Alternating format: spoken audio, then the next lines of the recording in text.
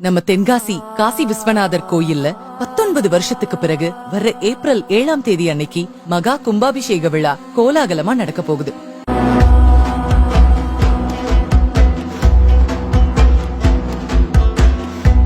தென்காசியில 1445ஆம் ஆண்டுல பராக்கிரம பாண்டியன் என்கிற மன்னரால கட்டப்பட்ட பழம்பெருமை வாய்ந்த கோவில் தான் அருள்மிகு காசி விஸ்வநாதர் திருக்கோவில்.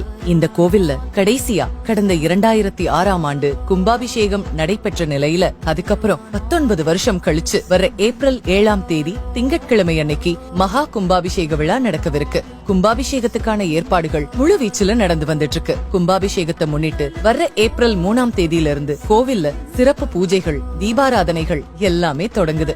ஏப்ரல் 7ஆம் தேதி காலையில 9 மணியிலிருந்து 10 மணிக்குள்ள உலகம்மன் உடனுரை காசி விஸ்வநாத சுவாமி கோபுரங்கள், விமான கோபுரங்கள், மூலஸ்தான பிரதான மூர்த்திகளுக்கு மகா கும்பாபிஷேகம் நடக்குது. கும்பாபிஷேக விழாவை முன்னிட்டு 178 அடி பிரம்மாண்ட உயரத்துடன் 800 சிற்பங்கள், 11 கலசங்களுடன் விண்ணுயர நிற்கும் ராஜ கோபுரம் வண்ண மின் விளக்குகளால ஜொலிச்சிட்டு இருக்கு. பொதுவா கும்பாபிஷேகம் நடக்கும் போது அந்த ஊருக்கு நல்ல ஒரு செழிப்பு கிடைக்கும்னு சொல்லுவாங்க.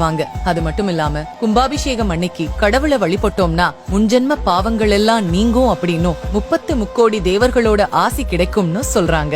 சோ நம்ம தென்காசி காசி விஸ்வநாதர் கோவில்ல 19 வருஷம் கழிச்சு நடக்க இருக்கிற மகா கும்பாபிஷேக விழாவை பாக்குறதுக்கு ஆர்வமா இருக்கிறவங்க எல்லாரும் இந்த வீடியோவை ஷேர் பண்ணிட்டு அப்படியே நம்ம தென்காசி லைஃப் பேஜையும் மறக்காம ஃபாலோ பண்ணிக்கோங்க.